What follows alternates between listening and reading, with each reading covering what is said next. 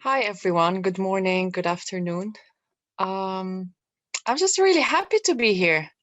I haven't been able to join the meeting lately, the past few months.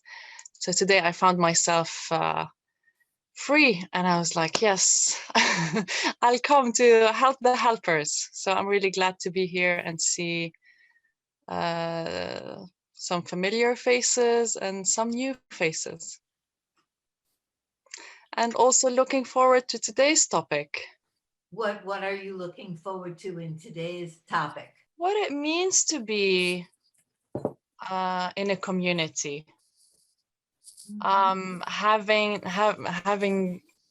been in a community the past 9 months, and now that it's come to an end, I thought it would be nice to have a sort of a reflection for me. It's to see, have like a sort of a step back, pause, and see what comes up. Mhm.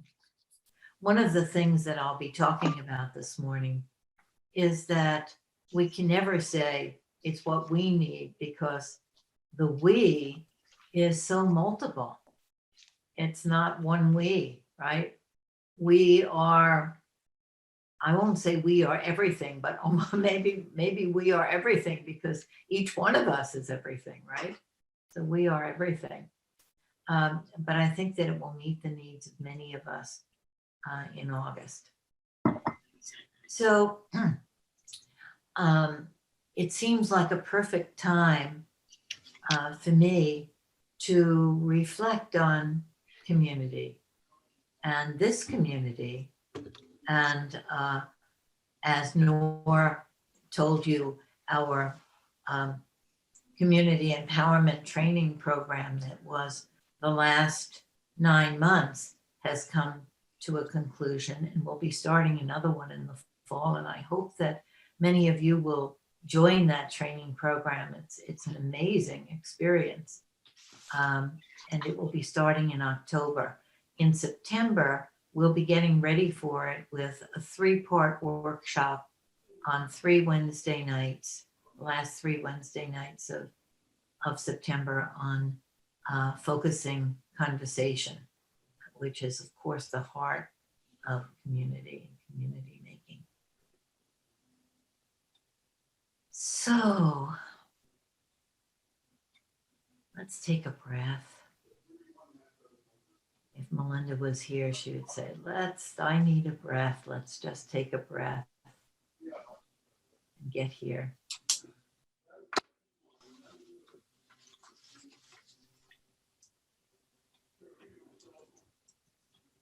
Make contact with all the little boxes in which are all of the ingredients of our connection today, of our community experience today.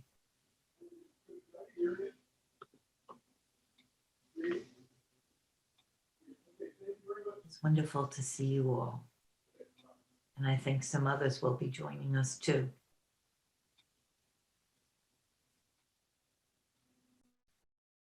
So, I didn't know what to call this reflection. Community love, in love, for love of community. Christine suggested being in love with community. And I thought, well, maybe that's too much. But now that I think of it, I think that is the name of it. In love with community. And I have been in love with community, I think, my whole life. I grew up as a quite isolated child, and I longed for a gang, for a group of kids to play with and hang out with. And that was very rare, even though I lived in Brooklyn. You wouldn't think it would be, but the circumstances I was in, it was a rare thing to have a group of kids to feel like you could just hang out and relax and belong and be part of. And I started um, being active about making community at a young age. I started a club. I think at the age of 14, I went around and we had moved by then. And I went around and knocked on the doors of all the neighbors asking if their kids would join my club. And my whole life, I've started groups and joined groups and been part of groups. And I remember as a young person, um, in a moment of deep introspection, recognizing that what was most important to me was romance and groupness. And that's what I was going to put my heart into, romance and groupness. And I did. Um, and as I developed and grew in my life with all of the different groups that I uh, joined and was part of um, and started, I began more recently, I guess in the last 10 years, to recognize that there's something different about group, being part of a group and being part of a community. And I became more interested in the whole idea of community. I'm going to say some things about group and community, and you must recognize that this is from my point of view. To me, a group has parameters around it. It's important to be a member of a group or not a member of a group. And groups want to become smaller. They want to be cozy and close, and a group wants to be of like-minded people. I remember an evening, some of you who might have been there, we had an evening of focusing conversation evening. And one of the people said, "It's so wonderful to be here with like-minded people." And everybody sort of agreed, except for one person who said, "But what if my mind isn't alike yours? What if we're not like-minded?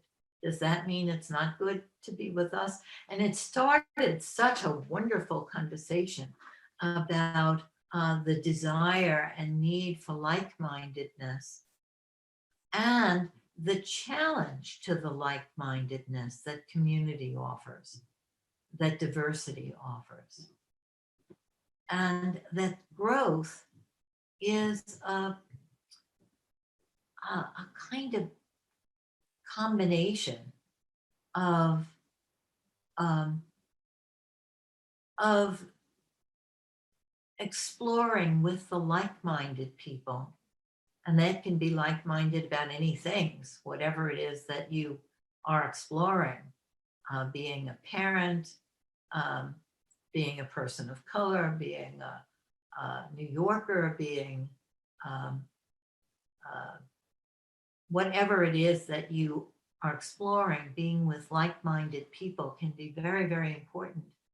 And it can be very important to have the diversity of minds that are very unlike yours. And of course, as you get to know people, you get to know how unlike-minded they are. I mean, you start with the idea, oh, we're like-minded.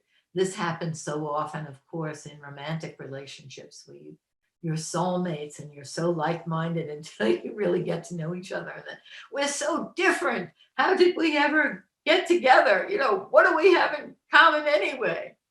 And that seems to be the progression as you get to know somebody. And Jean has written a lot about that I love, but I won't go into right now. But community, for me, is more fluid than groupness. It's more fluid, and it's always moving and changing. And the health of community is the health of that balance between stability and upheaval. The health of a community rests on the tension between predictability and spontaneity, between, we might say, stability and chaos. It's this working tension that keeps the community growing and alive. In dynamic systems theory, there's an idea of the tipping point, and organisms, organismic processes of all kinds, like microprocesses and processes of galaxies, the health of the health of the organism is the tipping point in the balance between rigidity and chaos. If a system is too rigid, it just dies. You know, it just goes to sleep and dies. And if it's too chaotic, it sort of flies apart. And those of us who work with people know that therapy and coaching and helping of all kinds depends on the relationship, the helping relationship, being both predictable and a sense of continuity, and also the sense of surprise and being open to surprise, and that we need to always be finding that balance and working with the system, whether it's a system in ourselves or a system in a dyad or a system in a group or a community, working with that system to be able to find that balance and to be able to tolerate more unpredictability, more surprise, more challenge, more struggle without flying apart, and to be able to rest and relax in the continuity and the ritual without going to sleep. So so community is a fascinating thing for me, and this community that we've developed over a year and a half, and the community empowerment project, have just been, in some particular way, the loves of my life.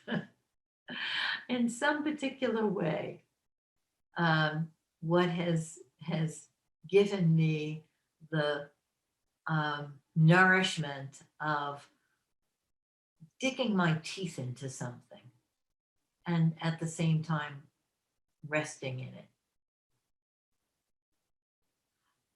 Community isn't a thing. It's not like I like this community or I don't like this community, or I agree with this community or I don't agree with this community. Of course, that's true also. But community is, as I said before, a kind of microcosm of everything. And it's always changing. It's always different moment to moment. So one of the things I thought I would do today is to just share with you some of the things that I've learned about community in this voyage, and some of the things that you might think about. in terms of your sense of community. I think of, when I think of the love of community, I think of Brother David Steindl-Rast's definition of love. And Brother David says that love is a yes to belonging.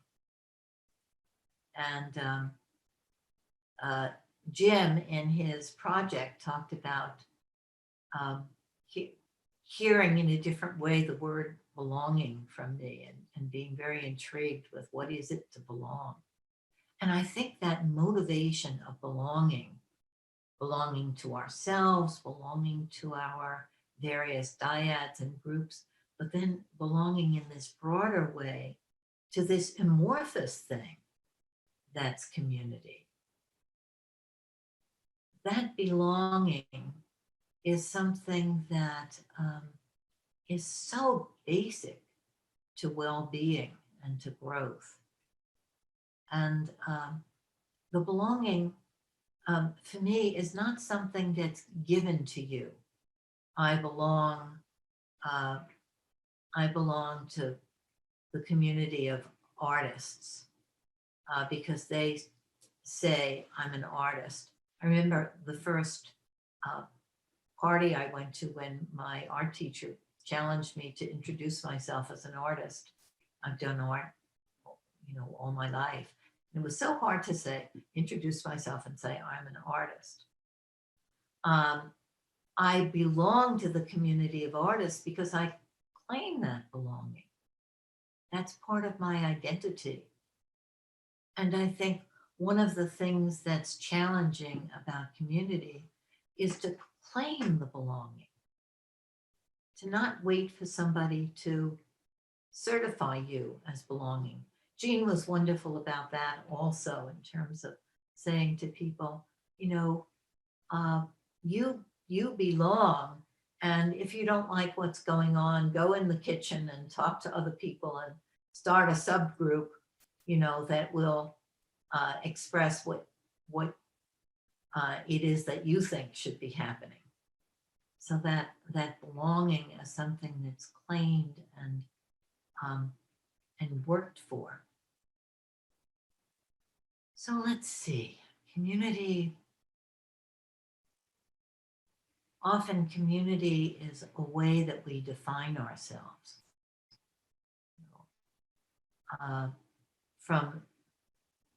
From defined communities like this one, I'm defining myself as an international focusing helper here, or more amorphous communities like the community of people who love poetry, or New York is in a way a community. Community can be many, many things, but it's never just one thing. I'm going to tell you, I'm going to have to look at my notes here because I'm not going to remember all the things that I want to tell you.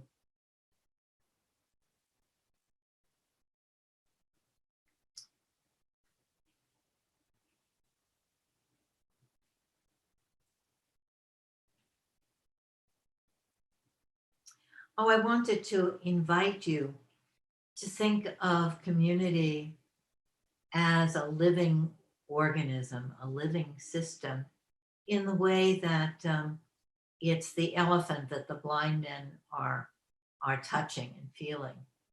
And each of us is going to experience our community, including this the helpers community, in our own way, depending on what aspect of that community we're touching and we're touched by.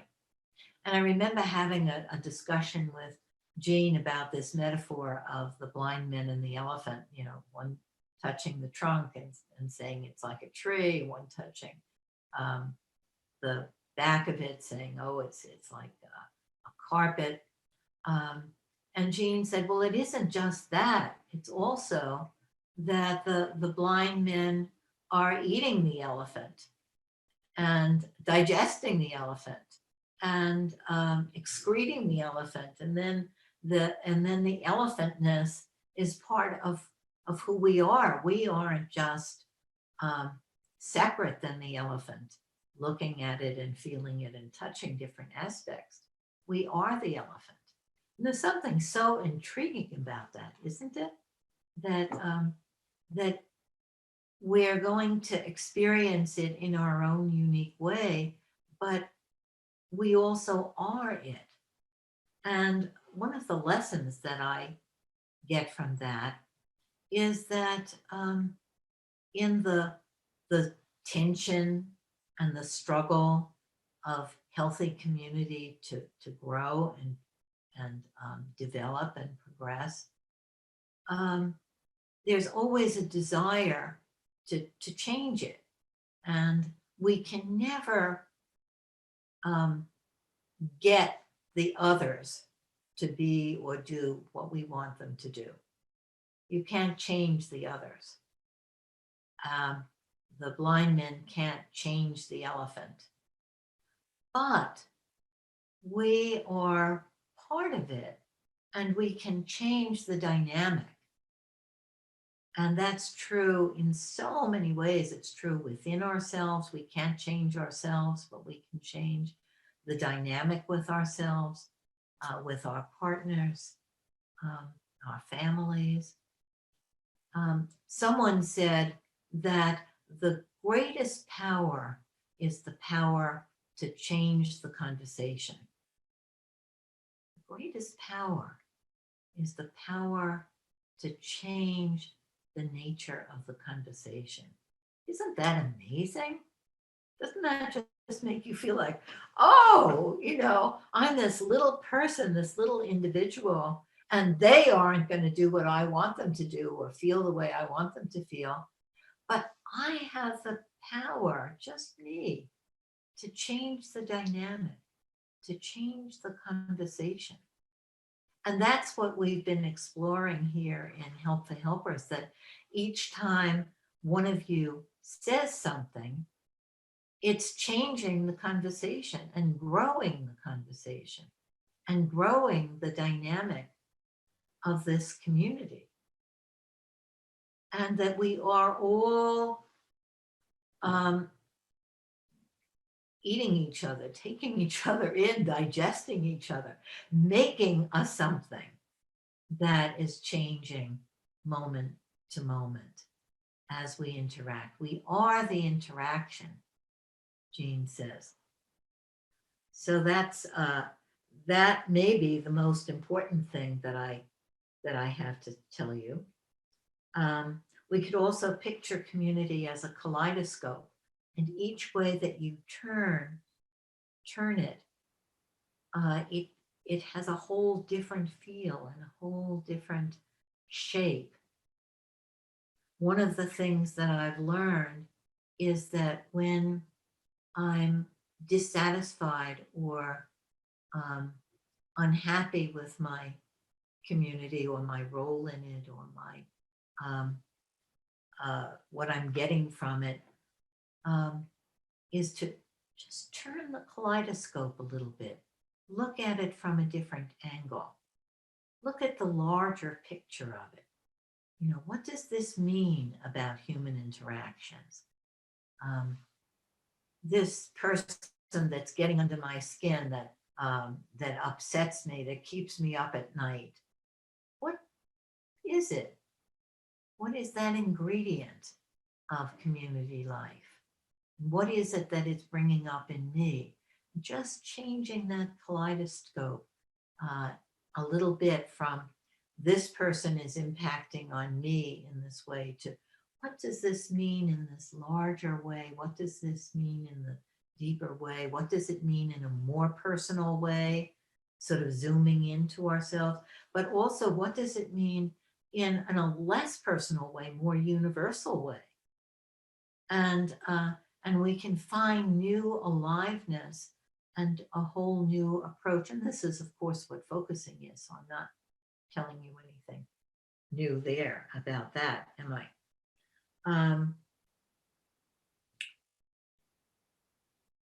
Okay, just some personal things from me about what I've learned about living in community. That the most important thing for me is to be touched by others and to be touched by the process and to touch it and be touched.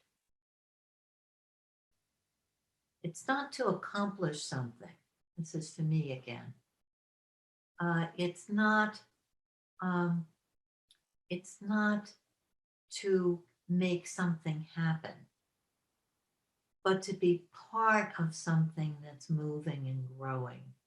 It's the individual carrying forward process and the group, the community carrying forward.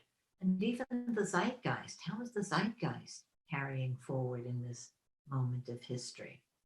And changing our lens there can be really helpful.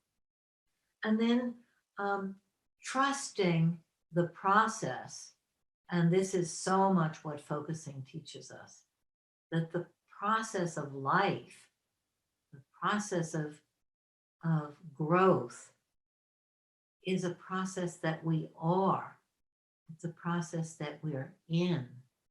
It's not something we have to make or struggle with. It's a process that we relax into and learn to read and to sense what's happening in that process and how we can align ourselves with the process. It isn't about trusting individual leaders in a community. And this I've learned over and over, but especially in the last years when, especially in the United States, when it was very difficult to trust leadership. What is leadership? And do you trust the leaders? The kind of trust that you learn in community is not trusting particular people to do particular things. It's trusting a process and trusting that process in the people, wanting to cultivate it, wanting to uphold the leadership of the community. And by leadership, I don't mean just elected officials, or in this community, Melinda and I, and now the planning circle, but all of us are leaders in our own way. Each of us has our own contribution to make to community. And seeing community in that way is very exciting, to see it as this whole with all of these ingredients, and each one is making a very, very particular contribution by their way of being, even if they don't say anything. Their way of being is making this whole and is leading in some kind of way the whole. It has an edge. Each person has an edge that they are, that they represent, that they do by their being. And so trusting the process rather than trusting particular people to do particular things is something that, that's very important to me in what I've learned. Then I've learned not to get tangled up in the mishigas. Do you know what mishigas is? Can somebody define mishigas for me? A Yiddish word that's irreplaceable. The craziness. Craziness, yes. Any other definitions of mishigas? Craziness and trivia, and can be like the BS. The nonsense. Bullshit, right? The nonsense. Nonsense Nonsense. is nice too. Right. The craziness, the nonsense, the trivia. It's also sort of the drama, right? The gossip and argument can be part of the Mishigas and you get all caught up in it, I'm afraid Ongoing negative patterns, right? ongoing negative patterns, right?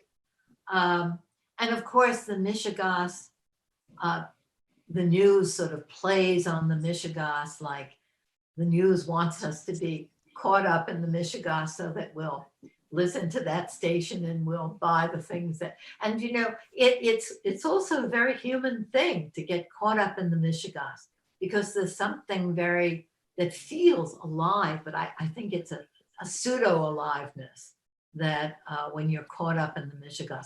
And then do you know what he said? And then, you know, that kind of thing.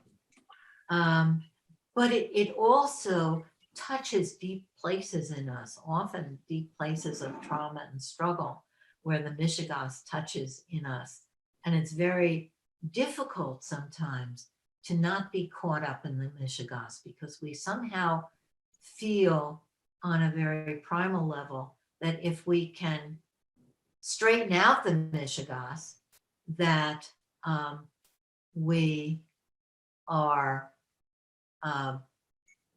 right, we are okay, we are safe. We've cleaned up our home and our home is all neat and clean. So what I've learned is that you can never clean up the Mishigas. It's always going to be around. It's not really going to do anything for me in that deep, deep way to try to overcome.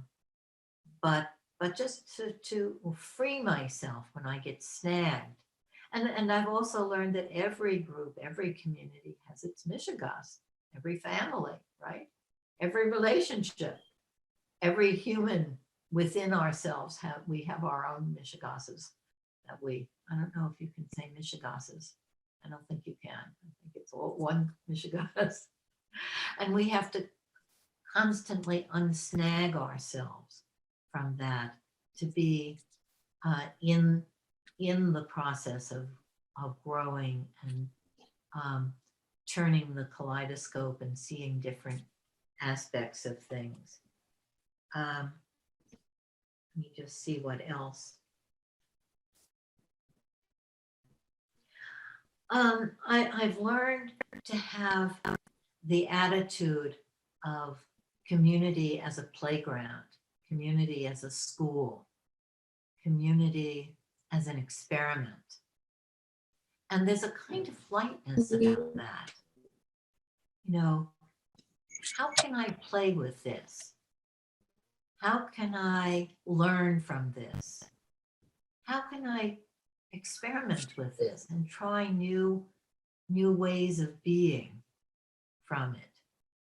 And that, of course, takes our focusing. We need to focus on how can I play with this? How can I learn from this? How can I experiment with this?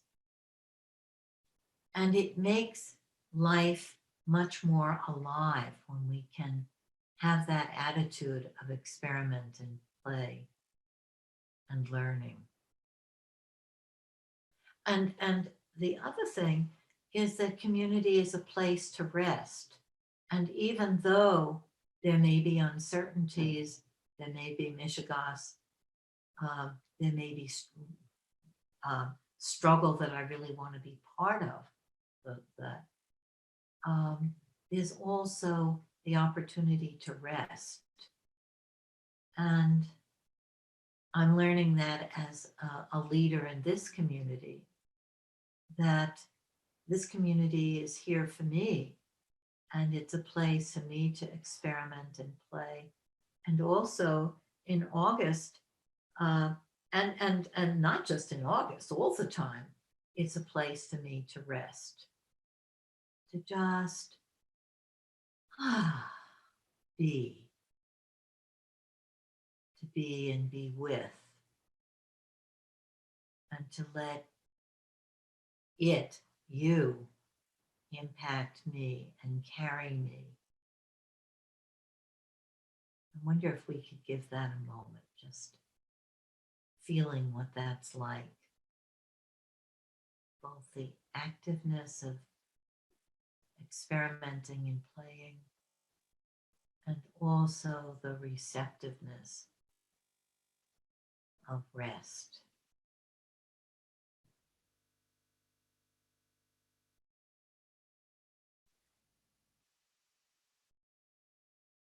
And community also is a place for us to work. Our work in the world, our real work in the world, and our work on ourselves, and our work on relationships is done in community. We don't really work on ourselves within ourselves. We work on ourselves with others. We don't think inside ourselves. We think with others. We think for ourselves, but we think with others. And we work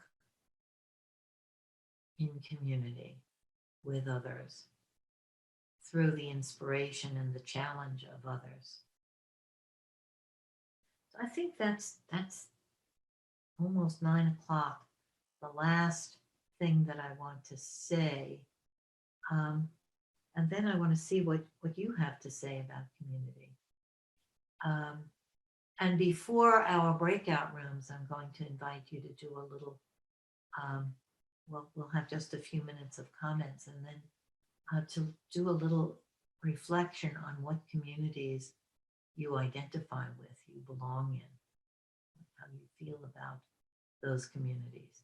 So now I just want to hear from you. So let's take a couple of breaths and see what's there for you. And this is my favorite time of our Help the Helpers meetings. Just seeing what's evoked in you.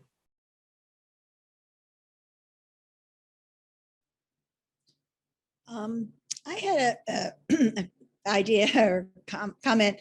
I thought the last things you said, Lynn, was very provocative, is that we don't really think within ourselves, we think with others, and how we live, it's living not with ourselves, but with others.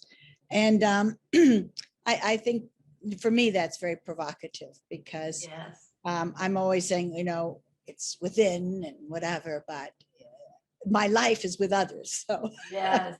I feel like I've been fighting it. Yes. Well, I think I'm so glad you said that, because it takes sort of Jen Lynn's philosophy to sort of understand the way in which I meant it, which you'll understand in a second when I say it. Mhm. There is no inside yourself, because the inside is outside.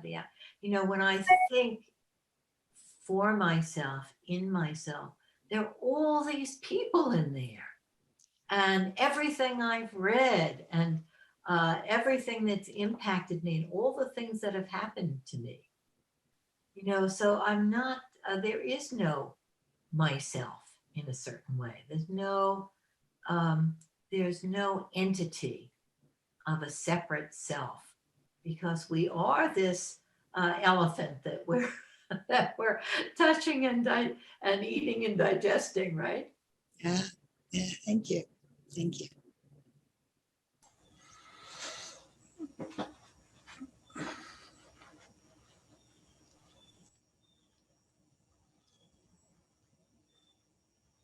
Just talk, Doug.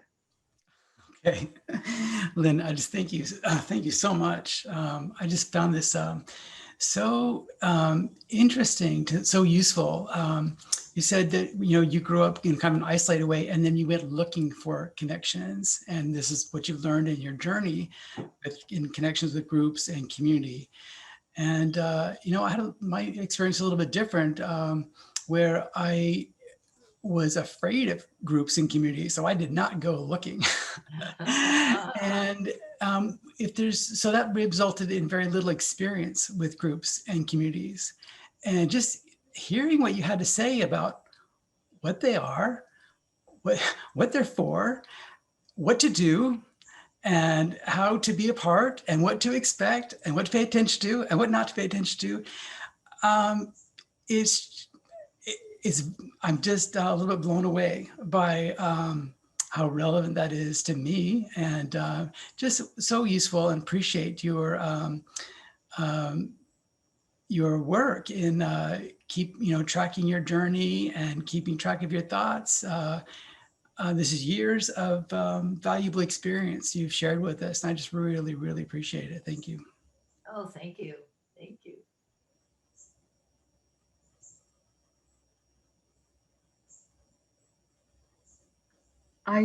This is Shashi. The line that you said is to trust the process, requires some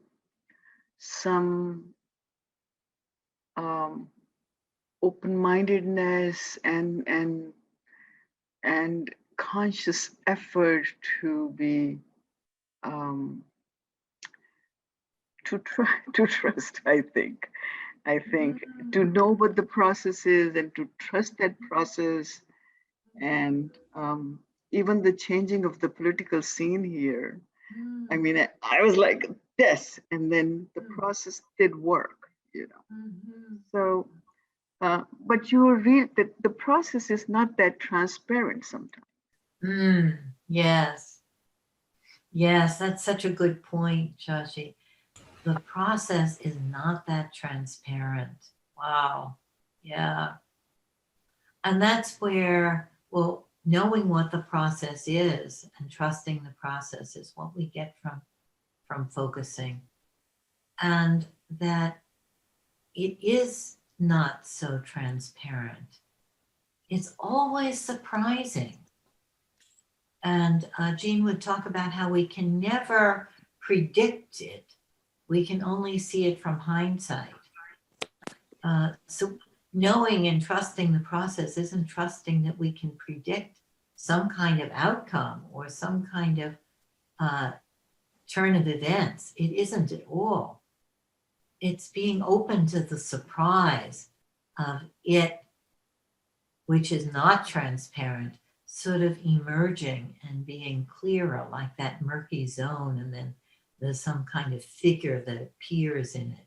Oh, it's going this way. Oh, how come it's going that way?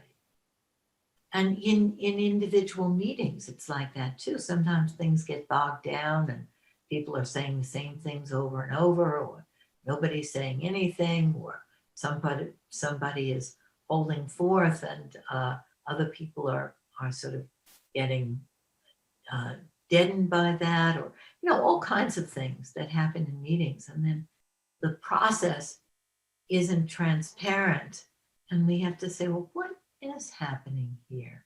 What is needed here? And that's one of the shift questions that Charlotte, when she did our helpers group, she was talking about these questions, these focusing questions that shift the conversation. And one of the main ones that probably we all know and use all the time is, what does it need? What does it need? And that's a way of trying to help the process that isn't transparent to sort of be a little bit, to get a little glimpse of it, a little felt sense of it. Thank you. Well, one part of the elephant that I'm more and more aware of is what we are doing together as an activity. Mm-hmm. And I think we all had that experience of not liking somebody, but really liking to do certain activities together with that person. Mm-hmm. And Yes. it could be like playing sports, or I remember on one retreat, my least favorite person was my roommate. And he was the best roommate I've ever had in any situation. And last 2 days ago, I was at a family dinner, and the whole conversation was very unpleasant to me and very uninteresting. But just the activity of sitting together, passing food, being together, I actually felt really good in my body. And I think for me, this group here or other groups I'm part of, it's not always the content that I'm so excited about, but just that we are all involved in deep listening, being present, sharing the focusing practice. I think that's what keeps me coming back here every week, to be with this in this common activity. Yes, yes, yes. I love what you're saying. I'm just drinking that in. The what we're doing is part of the elephant. It seems to me that a community is inclusive, you know, it incorporates everything, you know, whereas a group is more exclusive, you know. And I certainly feel that about this community. It's very inclusive. Yes, yes, yes. The inclusiveness is the health of a community. And the tendency is to want to say, oh, look at, we have this wonderful community. Let's make it even better by excluding this and excluding this and excluding this. Right? Yes, it's the inclusiveness. And it's the willingness to sort of rub up against each other at times. And that willingness to rub up against each other while we're doing something like, you know, like Robert said, well, we're maybe we don't like how things are going, but the deeper what we are doing together, which makes it, I think it's also what we're doing together superficially and what we're doing together more deeply is part of it too. What's coming up for me as you talk, Lynn, is that in certain situations, we need to get in touch with, I don't know, the word that comes up is deeper, more spiritual, compassionate parts of ourselves, you know, in order to be there. And that's a good thing. That brings up lovely elements of ourselves. Yes, yes, yes. I've always felt community for me has been very healing. And I remember as a child going to sleepaway camp, which was a wonderful community. And it's getting away from, as you put it, the mishigas of my family during the year. So I had a break, and it brings in a whole different feeling for you in community. It kind of breaks up the knots, so to speak, you know. And it's also the other part of it was holding. I find community very holding. Yes, yes, yes, yes. I'm so glad you're saying that, right? Community is holding. Yes. Yes, there are certain things that we can't tolerate without community. We need community to hold us in it. I was thinking about the meaning of Good Friday for me, the Christian commemoration of grief and suffering. And that's been a very meaningful, I shouldn't say holiday, day, because it's a day of mourning in community, a day of being with our grief together. And there are many, I think holidays have that aspect of, it's a holding for a something.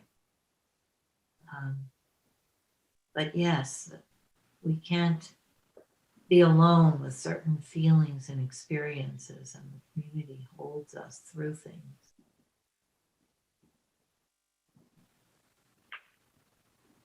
Any last comments? Isn't it, I just want to say, isn't it striking that it's called Good Friday? That's the day Yes, Jesus was crucified, the day he yes, died, the day yes, he gave himself to the yes, world fully and completely. yes, And that's called Good Friday. yeah. Okay, let's have a moment of attunement. So take a breath. This is going to be very brief. Just going to give you a chance to touch into your body. Follow your breath. Feel yourself held by your chair.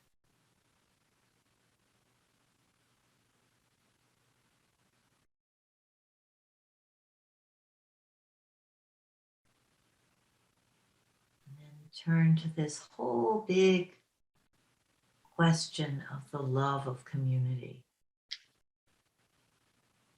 And recognizing that love has many things in it. Some struggle, some at moments dislike, some impatience, some all kinds of other things that go with that, go in that love of community. Opening, let's open ourselves to that love of community. And just see for a moment what communities we feel identified with, we belong to. And there are more than we could probably ever count. But just see what comes now. What's alive for you in terms of the communities that you are living in, that are living in you. You might even want to jot them down on a paper, or maybe later draw a little diagram of yourself in these communities.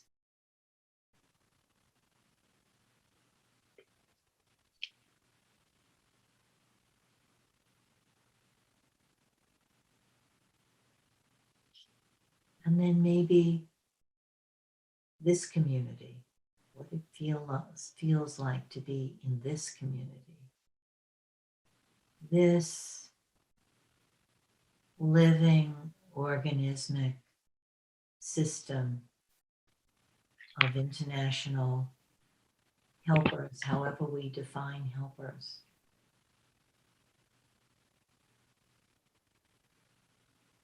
And your role, your part, your relationship to it, what you bring to it, what it brings to you.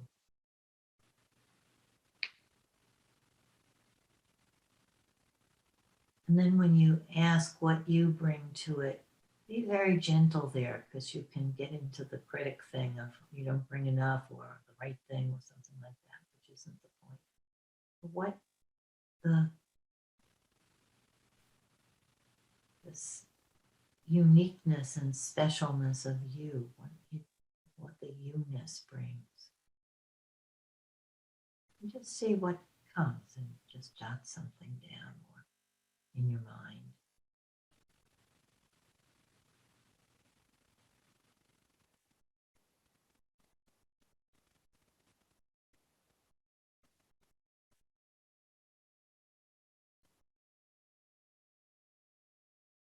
And then just ending with the sense of community for you, what it means for you. Just share what came up for you, right? Over time, you become familiar and love each other. If you stick it out. One of the things about community love is it just feels so good to see people. There's some special feeling about it. In community, whatever happens is part of the process and meant to be. We were talking about aloneness and connecting with a group? And what is it like when you're by yourself and you don't have the community around you? You have it internalized, Yes. but you know, what is it to be alone without the community? Yes, yes, And yes. what is it like to be alone in the community?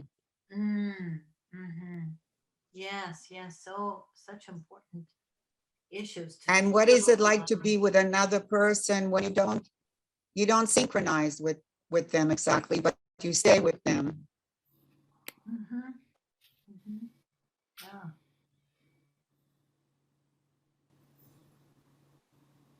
I'm just feeling all of those different felt senses, to be alone without community, to be alone with internalized community, to feel alone in the community, to feel alone in the unsynchronized relationship that you stay with.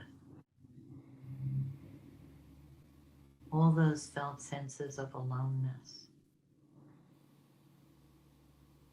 Now, it strikes me that one of the strange and kind of miraculous things about this horrible pandemic was that people in their prisons of cut off aloneness were able to make all these communities, virtual communities online, and experience community online, which I think I never did before the pandemic, really. Lynn, I also think the social isolation may have killed as many people as the pandemic itself. Yeah. There's documentation from Dean Ornish that so lack of love and community kills people. Yeah. Scientific evidence. Yeah. So that's why it's so vital that we're able to do that, right? To create these communities. Life finds a way, right? We find a way. Yes. Mm-hmm. There's a way in which we've sort of learned, discovered, created, that with a computer, or a phone or something, you never have to be without community. Many people have started communities, like Melinda and I did.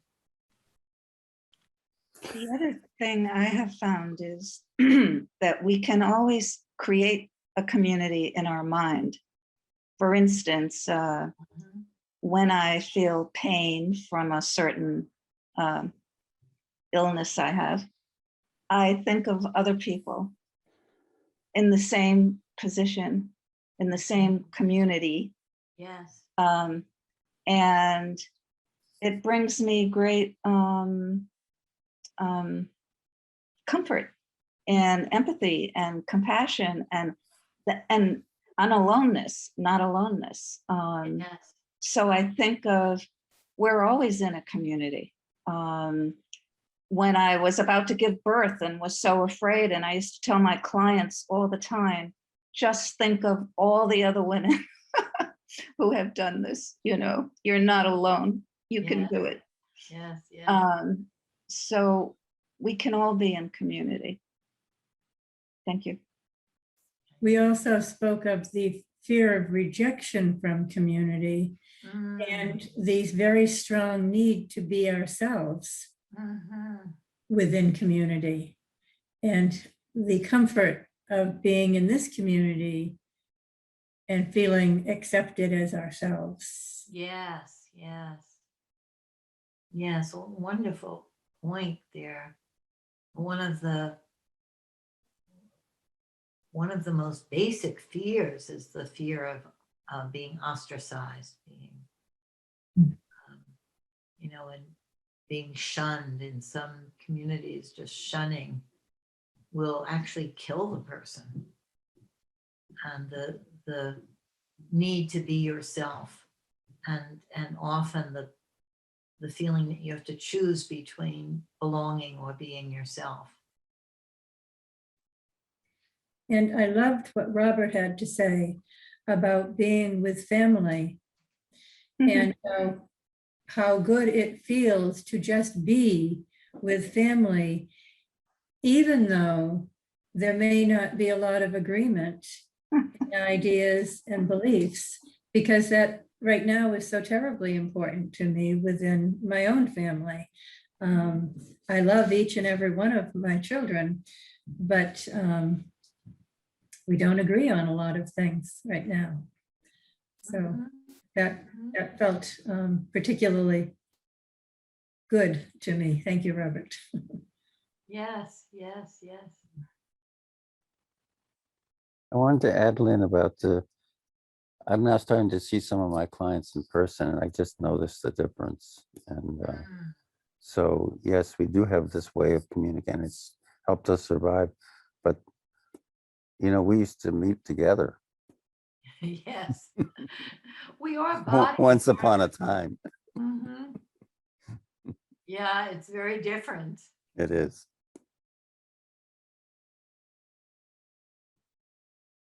I think for me, what's been so healing about this community is being with people who are so intimate with themselves. And when someone is intimate with themselves, it kind of gives a sense or a lack of loneliness. Mm. And being intimate, and there's something even about being in our own homes and sharing ourselves even from our own homes. And this has just given me such a sense of belonging, part of a community during this time, during this past year, has been really, really helpful. So I'm very grateful. I love you saying that in front of this bright yellow wall. You know, It's my daughter's room. Yes. Thank you.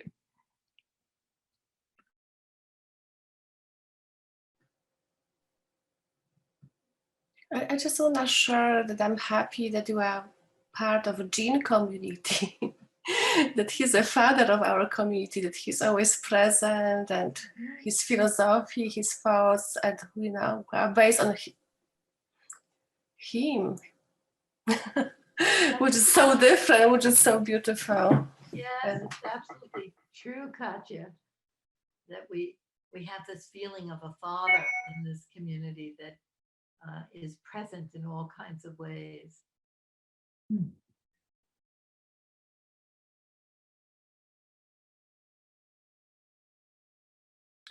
I guess for me,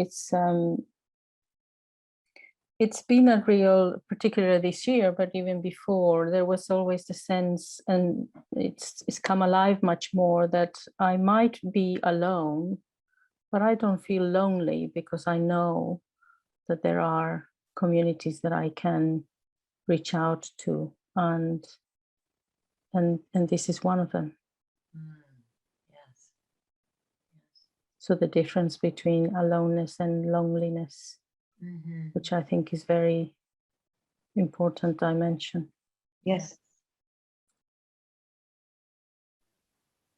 And that feeling of being held in community, even though you're alone, maybe physically, there's the sense of being held, being known, being having a resting place.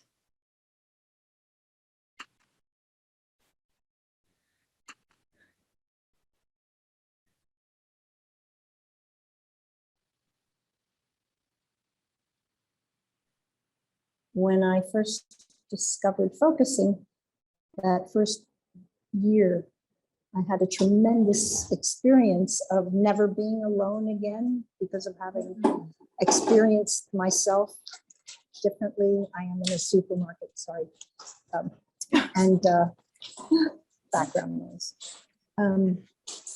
But my life has continued to be quite a struggle to maintain a connection with myself.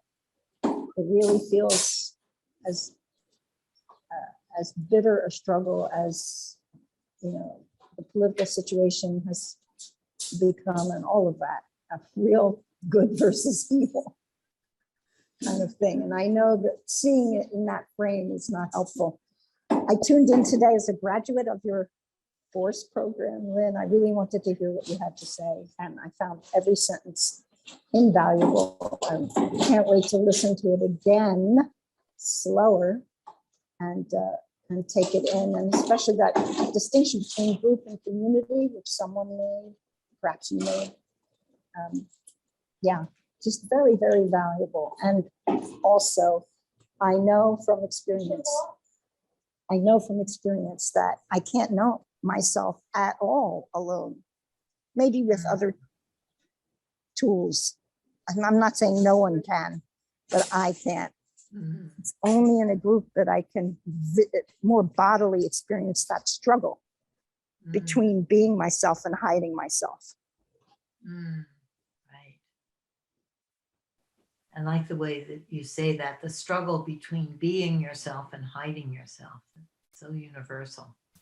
And it's so nice to have that the new graduates of the Community Empowerment Project. Very exciting.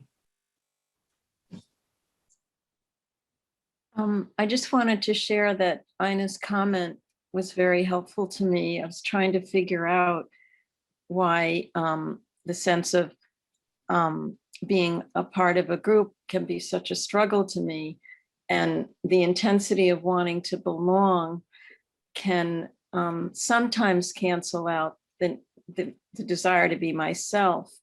And when Ina said the struggle to maintain connection with herself, that really hit it for me, the nail on the head, so to speak.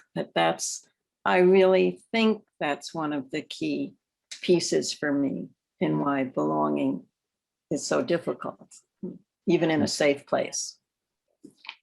Yes. Well, maybe you might be ready to give us our ending poem, Dorothy. Sure.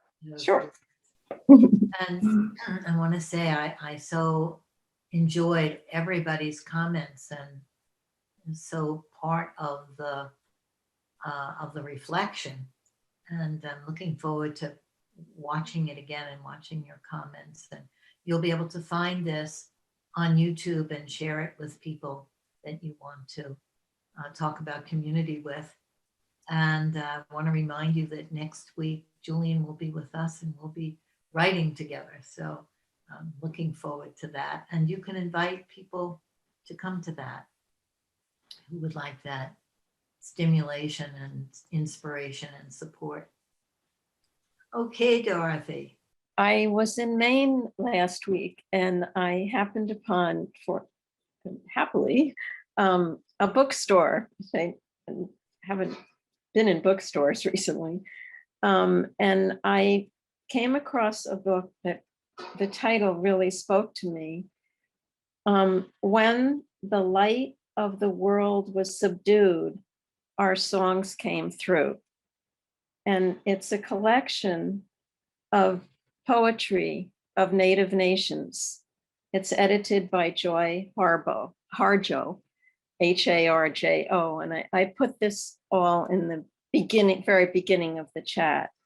And the particular poet I'm reading from today is M.L. Smoker. She's Assiniboine and Sioux. And the name of the poem is Casualties. Linguistic diversity also forms a system necessary to our survival as human beings. Michael Krauss. The sun has broken through, breaking through this sun, but still today my words are dying out. Still, as I tell of stillness of a very word as it leaves this world. My grandmother was told that the only way to survive was to forget. My grandmother was told that the only way to survive was to forget. Where were you? Where were you? Speaking of myself for my own neglect, too often I was nowhere to be found. I will not lie. I heard the ruin in each Assiniboine voice. I ignored them all on the vanishing. I have been mute. I have risked a great deal. Hold me accountable because I have not done my part to stay alive. As a child, I did not hear the words often enough to recognize what I was losing. There are a great many parts of my own body that are gone. Where hands belong, there is one lost syllable. And how a tooth might sound, its absence, a falling. Sound is so frail a thing. Hold me responsible in light of failure. I have let go of one too many. I have never known where or how to begin. Thank you so much, Dorothy. Powerful images. So we'll see you next week and goodbye for now. Bye. Bye. Bye-bye. Bye. Have a good week. Bye, and thank you all. Yes, bye. Thanks so much. Thank you, everyone. Thanks. Love you, Thanks, Lynn. everyone. Thanks for being community.